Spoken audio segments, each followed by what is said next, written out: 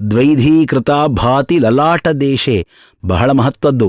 ಹೆಣ್ಣು ಮಕ್ಕಳ ಜ್ಞಾನಕ್ಕೆ ಕಾರಣವಾದಂತಹ ಒಂದು ನಾಡಿ ಸೀಮಂತಿನಿ ಎನ್ನುವಂತಹ ನಾಡಿ ಹೆಣ್ಣು ಮಕ್ಕಳ ತಲೆಯ ಮಧ್ಯಭಾಗದಲ್ಲಿರ್ತದೆ. ಗಂಡಸರಿಗೆ ಆ ನಾಡಿ ಇರೋದಿಲ್ಲ, ಕೇವಲ ಹೆಣ್ಣು ಮಕ್ಕಳಿಗೆ ಆ ನಾಡಿ ಇರ್ತದೆ. ಆ ಏನು ತಲೆಯ ಮಧ್ಯದಲ್ಲಿ ಕೂದಲನ್ನು ಆಚೆ ಈಚೆ ಮಾಡಿಕೊಂಡು ಬಾಚಿಕೊಳ್ತಾರೆ, ಅದರಿಂದ ಇಡೀ ಹೆಣ್ಣಿನ ದೇಹಕ್ಕೆ ಪಾವಿತ್ರ್ಯ ಸಿಗ್ತದೆ.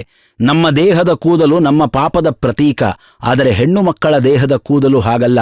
ಕಾರಣ, ಯಾವಾಗ ಅವರು 2 ವಿಭಾಗವನ್ನು ಮಾಡಿ ಜಡೆಯನ್ನು ಹಾಕಿಕೊಳ್ತಾರಲ್ಲ, ಆಗ ಅವರ ಇಡೀ ದೇಹಕ್ಕೆ ಪಾವಿತ್ರ್ಯ ಬಂದು ಬಿಡುತ್ತದೆ. ಅದಕ್ಕಾಗಿಯೇ ಹೆಣ್ಣು ಮಕ್ಕಳಿಗೆ ಪ್ರತಿನಿತ್ಯ ತಲೆಸ್ನಾನ ವಿಹಿತವಾಗಿಲ್ಲ. ಗಂಡು ಮಕ್ಕಳು ಶುದ್ಧರಾಗಬೇಕು ಅಂದರೆ ಪ್ರತಿ ದಿವಸ ತಲೆಸ್ನಾನವನ್ನು ಮಾಡಬೇಕು.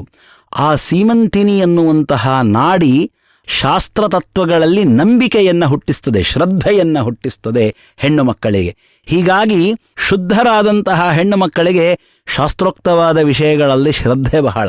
ತಲೆಯನ್ನು ಬಾಚಿಕೊಳ್ಳದೆ ಬಿರೆ ಹೊಯ್ದುಕೊಳ್ಳುವಂತಹ ಹೆಣ್ಣು ಮಕ್ಕಳಿರ್ತಾರಲ್ಲ, ಶಾಸ್ತ್ರದಲ್ಲಿ ನಂಬಿಕೆ ಕಳ್ಕೊಂಡಿರ್ತಾರೆ ನೋಡಿ.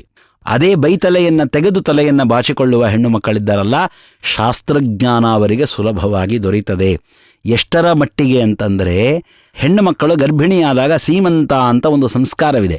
ಆ ಸೀಮಂತದ ಸಂಸ್ಕಾರದೊಳಗೆ ಮುಳ್ಳು ಹಂದಿಯ ದೇಹದ ಏನು ಮುಳ್ಳುಗಳಿರ್ತವೆ, ಅದರಲ್ಲಿ 4-6 ಮುಳ್ಳುಗಳನ್ನು ತಂದು ನಿಧಾನವಾಗಿ ಆ ಗರ್ಭಿಣಿಗೆ ತೊಂದರೆಯಾಗದ ಹಾಗೆ ನಿಧಾನವಾಗಿ ಬಾಚಬೇಕು.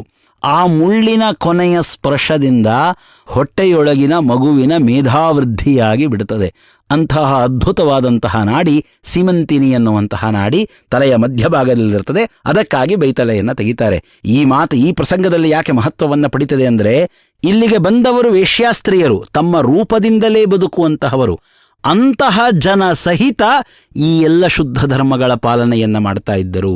ದ್ವೈಧೀಕೃತ ಭಾತಿ ಲಲಾಟ ದೇಶೆ.